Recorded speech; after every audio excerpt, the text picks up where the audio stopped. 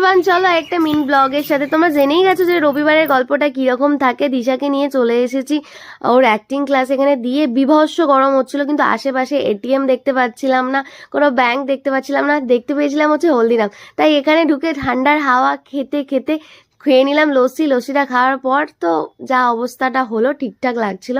তারপরে এখানে টাইমটা কাটিয়ে দিলাম সব কাপলদের মাঝখানে।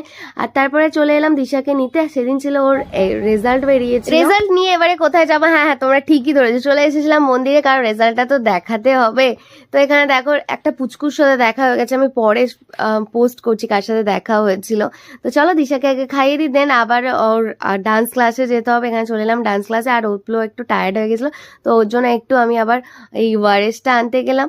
তো চলো আবার ওকে দিয়েও দিলাম। এবারে আমার প্রচন্ড খিদে পেয়েছিল, তাই চলে গেলাম। মিষ্টি কচুরি খেয়ে, এই যে আইসক্রিম খেয়ে, আমার আইসক্রিমটাও দিশা কিনেছে। তারপর চলে এলাম দোকানে, এই যে পাপার আদর খাচ্ছে। তো